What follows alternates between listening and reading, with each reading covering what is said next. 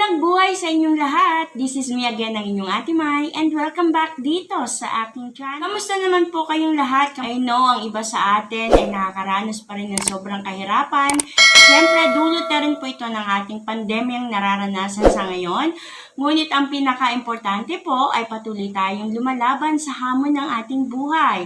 Patuloy tayong nangangarap, patuloy tayong nagpupursige sa ating buhay upang mas maging okay ang ating pamumuhay sa araw-araw. So ngayong araw na ito, may ibabahagi po ako sa inyong isang pampaswerte na talaga namang maaaring makatulong sa inyo kung susubukan nyo pong gawin ito. So ano po ba itong pampaswerte na ibabahagi ko sa inyo ngayon at ituturo sa inyo ngayon? Ito po ay pampaswerte para sa ating pang-araw-araw na buhay. Ito po ay maaaring gawin sa araw po ng Martes at Biyernes. Pwede din naman pong gawin kapag new moon or full moon. So, ang oras po ng paggagawa nito, maaaring gawin nyo po ito sa umaga. Mas maganda po kasi na kapag tayo ay gumagawa ng mga pampaswerte sa umaga, sa mga oras na alas 6 hanggang alas 8:30 ng umaga. Ngunit kung kayo naman po ay walang panahon sa umaga, ay pwede naman po ninyo itong gawin sa gabi, lalo na kung ito ay full moon. Napakabisa po nito. So ano po ba ang mga kakailanganin natin dito sa pampaswerte na ating gagawin? Unang-una po, maghanda po tayo ng kandila. So, maaari po kayo magsindi ng kandilang puti o kaya naman ay kandilang kulay green. Bakit po tayo magsisindi ng kandila? Upang sa paggagawa po natin ng pampaswerteng ito ay maka-attract tayo ng enerhiya at maiparating natin ang ating mga kahilingan. Kung ano man po yung mga kahilingan na inyong hihilingin habang ginagawa nyo po itong pampaswerte na ito. So, maalin po sa dalawang kandila na ito ay pwede nyo pong sindihan. And syempre, maghahanda din po tayo ng isang lalagyan natin. So, kung meron po kayong green na small pouch or small mohobag na ganito po, pwede po natin itong gamitin bilang lalagyan po ng ating pampaswerte. Or kaya naman po kung wala po kayo nito, pwede naman po ang telang kulay green. So this time, mas mainam po na gamitin natin ang kulay green. Alam naman natin na ang kulay green ay sumisimbolo po ng pera. Kapag ginagamit natin ito sa mga pampaswerte, ang hinahangad po natin ay magkaroon tayo ng swerte sa pera. So this time, ang gagamitin po natin ay green. At maghahanda din po tayo ng rosemary leaves. Ayan, dahon po ng rosemary. So kapag rosemary po, pwede po yung fresh na rosemary. Yung inyong tanim dyan, pwede po kayong kumuha ng ilang dahon diyan. Or kaya naman kung wala po kayong fresh, ay pwede naman po yung dry rosemary leaves. Katulad po ng nakikita nyo dito, ayan, isang kutsara po ang ating kakailanganin. Alam nyo po ba na ang rosemary ay mabisa ding pang-attract ng swerte, gayon din ang protection sa ating pangaraw-araw na buhay. Alam nyo po ba na kapag kayo ay magtatanim nitong rosemary plant diyan sa harap ng inyong bahay, ay talaga naman pong napakaganda kasi ito po ay nag-a-attract ng swerte, gayon din ito ay nagbibigay protection sa iyo, sa bahay mo upang hindi ito pasukin ng mga negative energy. So, ang susunod naman po natin kakailanganin, maghahanda po kayo ng isang coin. So, kung kayo po ay nasa ibang bansa, pwede nyo pong gamitin ang coin na ginagamit nyo po diyan. Anumang klase, anumang amount ng coin ay pwede nyo pong gamitin. At isa lang po ang ating kakailanganin. At maghahanda din po tayo syempre ang ating pinakamaswerteng dahon ng laurel. So, this time, ang gagamitin po natin ay isang buong dahon ng laurel. At ang pinakamahalaga po dito sa dahon ng laurel, kung nakikita nyo po, ayan, may sulat po iyan, sinulatan ko na po iyan. Kukuha po kayo ng isang panulat. Maaari po kayong gumamit ng kulay pula na panulat o kaya naman ay kulay green.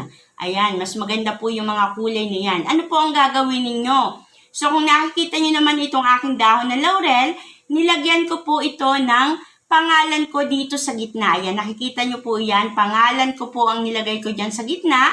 At dito po sa itaas at sa ibaba, ayan, yan po ay nilagyan ko or sinulatan ko po ng aking kahilingan. So, pagdating po sa kahilingan, maging direct po tayo. So, halimbawa, ang kahilingan mo ay magkaroon ka ng swerte sa pera, ilalagay nyo lang po ay pera o kaya ay money.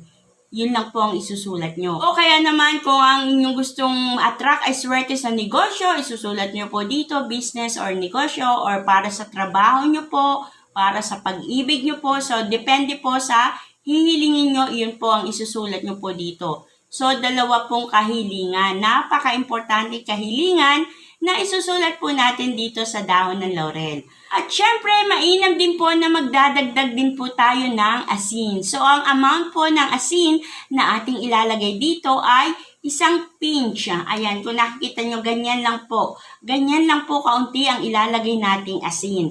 Gagamit po tayo ng asin upang magbigay protection po dito sa ating pampaswerte na gagawin.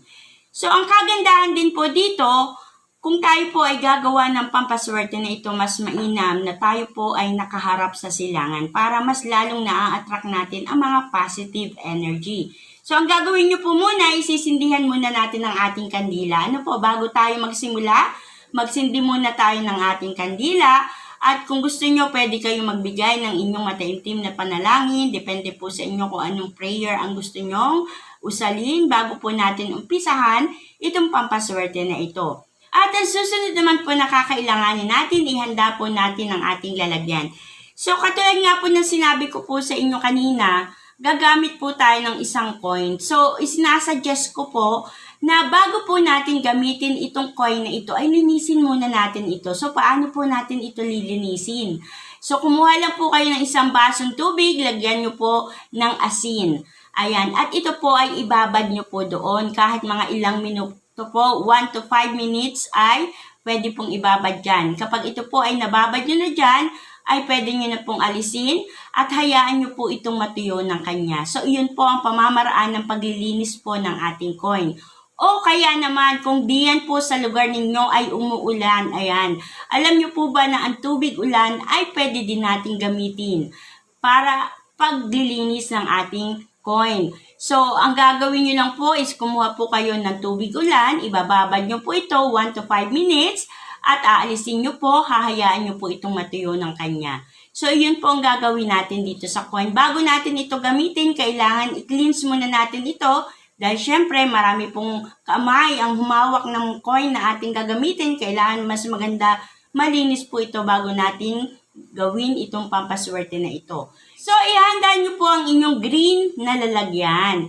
At ang susunod na ilalagay nyo po dito ay ilalagay nyo po itong coin. So, ang coin ay para sa kasaganaan. Ayan, magdulot ito ng kasaganaan sa inyong buhay.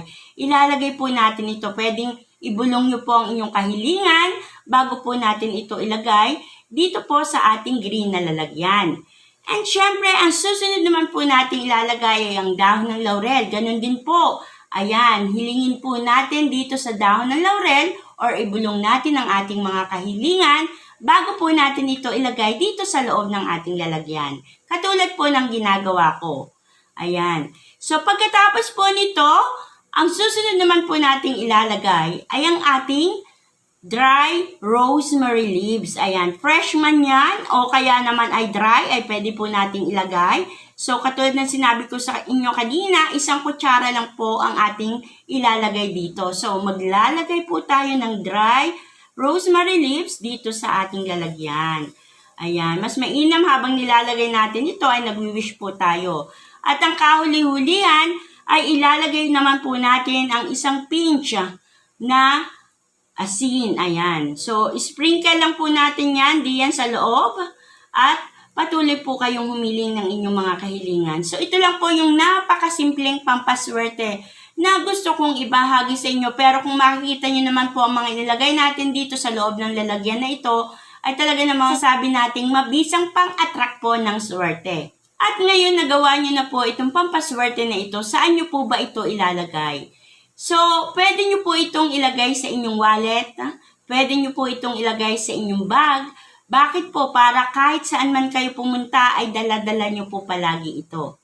Pwede din naman po itong ilagay sa inyong pintuan. So, isabit nyo po ito diyan po sa inyong pintuan. Walang problema. Or kung kayo po ay may mga negosyo diyan, pwede nyo pong itong isabit sa lugar ng inyong pinagnenegosyohan. At kung kayo naman po ay nag-online selling, syempre sa bahay po kayo nagtatrabaho, pwede naman pong isabit nyo na lang ito sa may pintuan ng inyong bahay.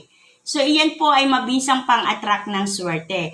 At ang kagandahan po dito, every time na gusto nyo pong humiling or bumulong dito sa inyong pampaswerte na ito, pwede nyo pong bulungan to paminsan-minsan ng inyong mga kahilingan. Wala pong masama kung susubukan natin gawin ito at bulungan po natin ito ng ating mga kahilingan. At kung itatanong nyo naman po, ito po ba ay papalitan namin? Hindi naman po agad-agad ipapalitan nyo po ito. Nakatulad po ng iba nating pampaswerte na ginagawa na every week kailangan palitan natin ito. Ito ay pwede nyong palitan as soon as mag-granted ang isa or dalawa sa kahilingan na sinulat nyo po dito. So, anything na blessing na dumarating sa inyo, pwede nyo pong palitan ito muli at pwede nyo rin pong gamitin ang inyong coin na ginamit dito, syempre, dahil ito naman po ay nilinis nyo, So, ang papalitan nyo lang po ay yung rosemary leaves, at saka yung dahon ng laurel, at saka yung asin ay aalisin nyo po. So, ito po ay hindi nyo po itatapon kapag ito po ay inyong pinalitan. Ang gagawin nyo po dito is gamitin po natin itong pagpapausok. Anything po na dry leaves na ginagamit natin pampaswerte kapag tayo ay nagdi-dispose, huwag po natin itong itatapon. Kasi alam nyo po ba, kapag naipon nyo po ng naipon lahat ng yan, ay pwede po natin gamitin yan sa pagpapausok. Pagpapausok ng ating loob ng bahay o kaya kahit yung sa sarili mo, pwede mong pausukan sa pamamagitan po nitong mga dry leaves na to.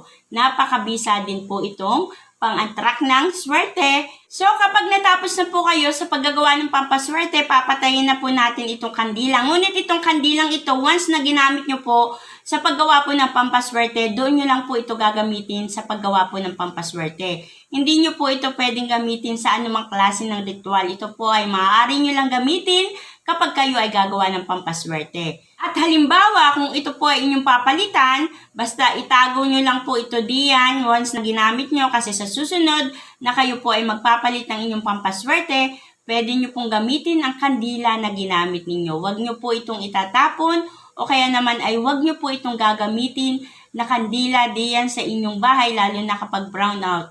Ito po ay gagamitin lang natin para sa pampaswerte.